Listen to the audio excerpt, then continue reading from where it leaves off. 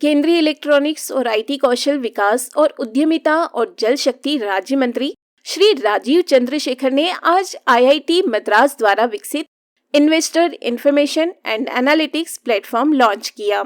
ये प्लेटफॉर्म सभी हितधारकों के लिए वेंचर कैपिटलिस्ट और निवेशकों के नेटवर्क, सरकारी योजनाओं और स्टार्टअप परिदृश्य के कई अन्य घटकों तक पहुंचने के लिए स्टार्टअप के लिए वन स्टॉप शॉप के रूप में कार्य करेगा।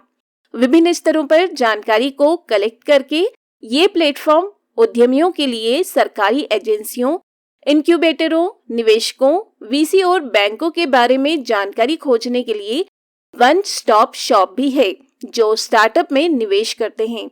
इस प्लेटफॉर्म को आईआईटी मद्रास के centre for research on startups and risk financing के शोधकर्ताओं द्वारा विकसित किया गया है।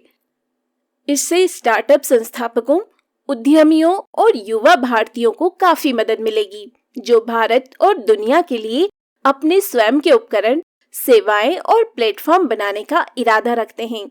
श्री राजीव चंद्रशेखर ने कहा, इस प्लेटफॉर्म को लॉन्च करने के लिए बधाई।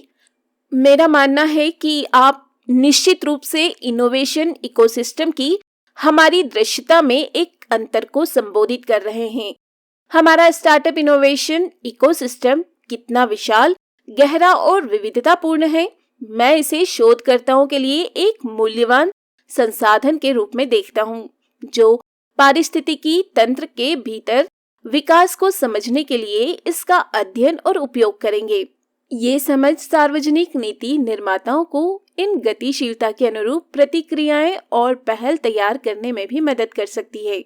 ये समग्र दृष्टिकोण नवाचार पारिस्थितिकी तंत्र पर व्यापक रूप से शोध करने के लिए महत्वपूर्ण है, विशेष रूप से ये समझने के लिए कि हमने पिछले 2-3 वर्षों में एक संपन्न स्टार्टअप नवाचार पारिस्थितिकी तंत्र बनाया है।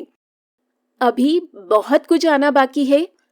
नवप्रवर्तन की अगली लहर semiconductor, micro electronics, AI, HPC जैसे क्षेत्रों में उभर रही है। इस अनोखे प्लेटफॉर्म की एक महत्वपूर्ण विशेषता स्टार्टअप जीपीटी है, जो एक एआई आधारित वार्तालाप प्लेटफॉर्म है जिसका कार्य उन लोगों के लिए सूचना पहुंच को आसान बनाने में मदद करना है जो संपूर्ण डेटा नेविगेट कर रहे हैं। उपयोगकर्ता वास्तविक समय में वांछित जानकारी तक पहुंचने के लिए सरल भाषा में प्रश्न पूछ सकेंगे।